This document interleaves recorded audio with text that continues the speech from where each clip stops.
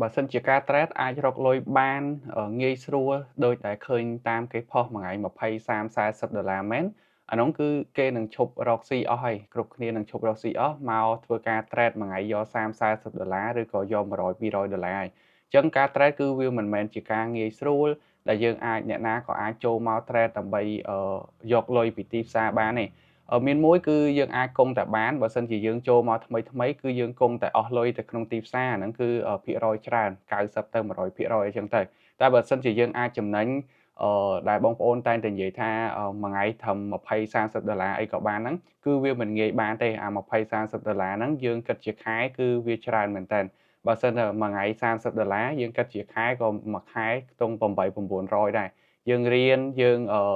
ធ្វើការជំនាញយើងរាប់ឆ្នាំជួនកាលប្រាក់ខែអត់បានប៉ុណ្ណឹងឯងអញ្ចឹងគឺវាជាចំនួនមួយដ៏ច្រើនវាមិនងាយទេបើសិនជាវាងាយគឺគេឈប់ធ្វើការរកស៊ីមក trade អស់ហើយការ trade គឺវាដូចជាជំនាញមួយ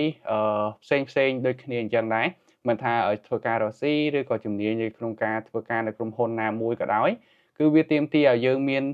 ចំណេះជំនាញមានបទពិសោធន៍ហើយមានការណែនាំត្រឹមត្រូវអញ្ចឹងបងប្អូននៅក្នុងក្រុមខ្ញុំបងប្អូនឃើញហើយនៅក្នុងក្រុម Telegram របស់ខ្ញុំគឺមានការណែនាំពីបងយើងជាពិសេសគឺបងរិទ្ធីដែលគាត់បរៀនជាមួយនឹងtechnique ក៏ដូចជា style ដែលគាត់មានបទពិសោធន៍ច្រើនហើយអញ្ចឹងយើងអាចយកបទពិសោធន៍របស់គាត់យកមកពង្រឹងជាមួយនឹងសមត្ថភាពដែលយើងធ្លាប់មានជាមួយនឹងគ្រឹះជាមួយនឹងគោលការណ៍ដែលយើងធ្លាប់យល់ពីមុនមកហ្នឹងបន្ថែមជាមួយនឹងចំណេះដឹងដែលគាត់បន្ថែមមកយើងគឺយើងអាចមានចំណេះជំនាញមួយ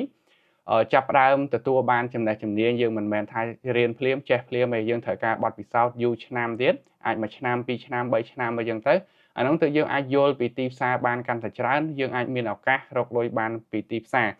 ដែលយើងទៅរៀនជំនាញធ្វើការអញ្ចឹងយើងរៀននៅមហាវិទ្យាល័យអីចឹងទៅយើងរៀនជំនាញអីមួយអាច4ឆ្នាំ6ឆ្នាំ8ឆ្នាំតម្រាំតែយើងអាចមានភាពស្ទាត់មានបទពិសោធន៍ទៅលើវានឹងអាចរកចំណូលបានដោយការចេញរកស៊ីខ្លួនឯងឬក៏អីផ្សេងទៅធ្វើការឲ្យគេជាមួយនឹងជំនាញរបស់យើងអញ្ចឹងការ trade future ការ trade ជាមួយ forex គឺដូចគ្នាដែរនៅពេលដែលយើងមានចំណេះយើងមានជំនាញអានោះគឺយើងអាចនឹងទទួលបានលទ្ធផលវាមិនថា100%ទេដូចខ្ញុំធ្លាប់និយាយអញ្ចឹងមិនថាឲ្យតែយើងចេះហើយយើងអាចរកលុយពីទីផ្សារយើង trade បានប្រាក់ចំណេញឬក៏អី100%ទេតែបើសិនជាការវិនិយោគ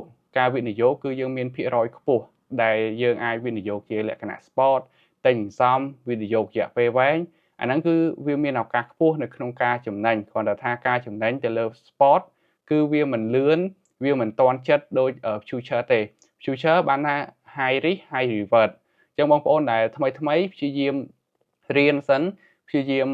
កុំ FOMO តាមគេកុំចេះតែជឿតាមអ្នកណាម្នាក់ដែលថាងាយស្រួលអីហ្នឹងគឺវាមិនងាយស្រួលទេអញ្ចឹងបងប្អូនត្រូវការព្យាយាមរៀនពីមួយថ្ងៃទៅមួយថ្ងៃព្យាយាមរៀនឲ្យបានយល់ដឹងបន្ថែមហើយនៅក្នុងក្រុមខ្ញុំបងប្អូនអាចសួរបានមានបងយើងគាត់ចេះគាត់យល់គាត់មានបទពិសោធន៍គឺជួយណែនាំឲ្យតែយើងចង់រៀនប៉ັດគឺអត់ពិបាកទេពីមុនយើងអាចថាពិបាកមិនដឹងថារៀននៅណាឥឡូវនេះគឺកន្លែងនេះគឺ free បងប្អូនអាចចូលរៀនដោយអត់អស់លុយទេហើយបងប្អូនដែលមានចិត្តចង់រៀនចង់បានចំណេះដឹងពិតប្រាកដគឺជាឱកាសល្អសម្រាប់បងប្អូននៅក្នុងការចាប់ផ្ដើមនៅក្នុងវិស័យ trade នេះហើយ